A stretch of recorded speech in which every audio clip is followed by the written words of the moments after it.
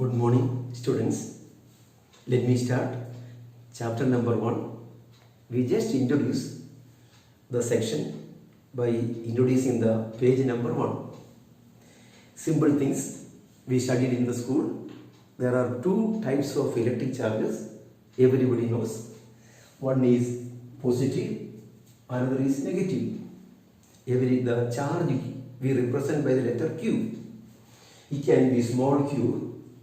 If it is positive charge, I write plus q. If it is negative charge, I write minus q. Or you can write capital Q. If it is negative, I write minus q. If it is positive, I write plus q. Everybody knows basic properties of charges. Two positive charges repel each other. Two negative charges repel each other. A positive and negative charge attract each other. But this force of attraction we don't see in our daily life. What may be the reason? Example, this pen I am holding in my hand, it is not attracted by the whiteboard or vice versa. What may be the reason? Some of you must be getting the answer now. The two objects are electrically neutral. Example, pen. Number of positive charges in the pen is equal to number of negative charges. It is neutral. So almost all the objects in the universe are electrically neutral. So we don't experience electric force in daily life when we look around. But gravitational force, everybody knows, we see in daily life. I drop this pen from a top. The moment I drop, it will fall down due to gravitational force. The point is how to charge a body. There are different ways. The one way we studied in the school is by charging by friction. I rub two objects. What we say, by friction, by rubbing, we get the charges. How it happens? We studied in the school. Example, same example. I am having a glass rod. It is electrically neutral. I am having a silk cloth. It is electrically neutral. Now that means number of positive charges and negative charges are the same here. Here also the same. But it is observed when the glass rod is rubbed with the silk, it is seen one is positively charged and another is negatively charged. Most of us must be remembering the glass will be positively charged and this will be negatively charged. What is the explanation for that? Our understanding, the silk cloth, the electrons are tightly bound, tightly attached to the surface. So by small energy, the electrons from silk will not be able to come out. But what about glass rod? The electrons are comparatively loosely bound, loosely attached to the surface. So by rubbing energy, some electrons can be removed. Example, I supply some small amount of energy. One electron is removed from glass and deposited on silk. I say one electron is deposited. Charge of the electron we represent by E. One electron, so it is minus E. Now in this case what happens? It was neutral. One electron is removed. One negative charge is missing. So we say charge is plus E. So what is happening? Electron is removed from a neutral body and given to a what we call another neutral body.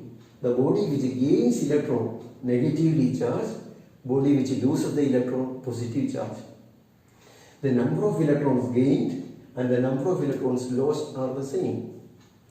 If I supply, let us say like that, some 10 electrons, then we say 10 electrons will be transferred from here to here.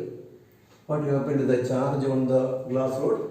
Everybody follows. It is going to be plus 10, what we call plus 10 charges will be formed here.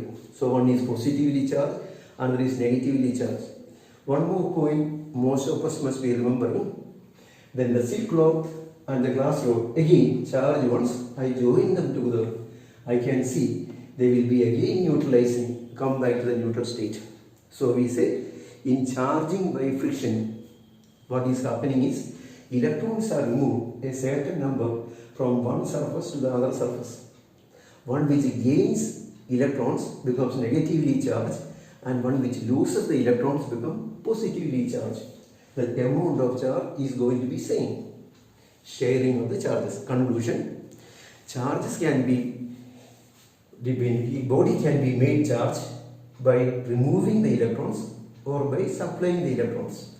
The amount of charge removed and the amount of charge supplied will be the same. There is no new creation of any charge. Then second point, how to know a body is charged or not.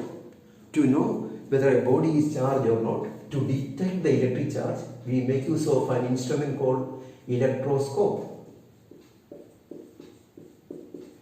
A simple idea is illustrated in that second diagram, middle of the page. An electroscope is shown. That means if I keep the charge body in contact with the what we call the metal knob at the top, there will be a small deflection in the gold there in the electroscope.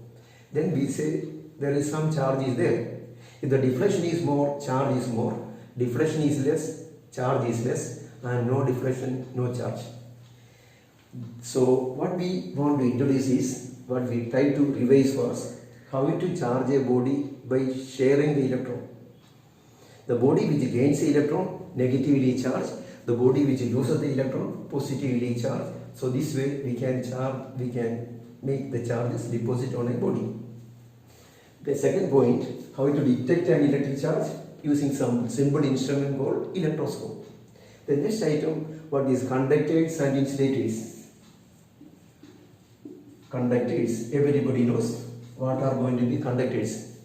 These are the metals which allow electric charges to flow through. That means which allow electric current to flow through. Examples, everybody knows metals. Our human body is a good conductor of electricity, and our planet Earth is a good conductor of electricity. These are conducting the electric charges. Which are not conducting the electric charges, we call insulator. Everybody knows examples of insulator, maybe plastic, maybe wire, etc. are going to be rubber, etc. are going to be insulators. Or we can see the wooden board, wood is also is an insulator. So page number 1, we just revise this much only. You just glance through the page, read it once. What is main point, concept, we put it in bold letters. That is toward the end of the page, it is mentioned. The charging is done by sharing of the charges. The body which gains the electrons negatively charged, the body which loses the electron positively charged.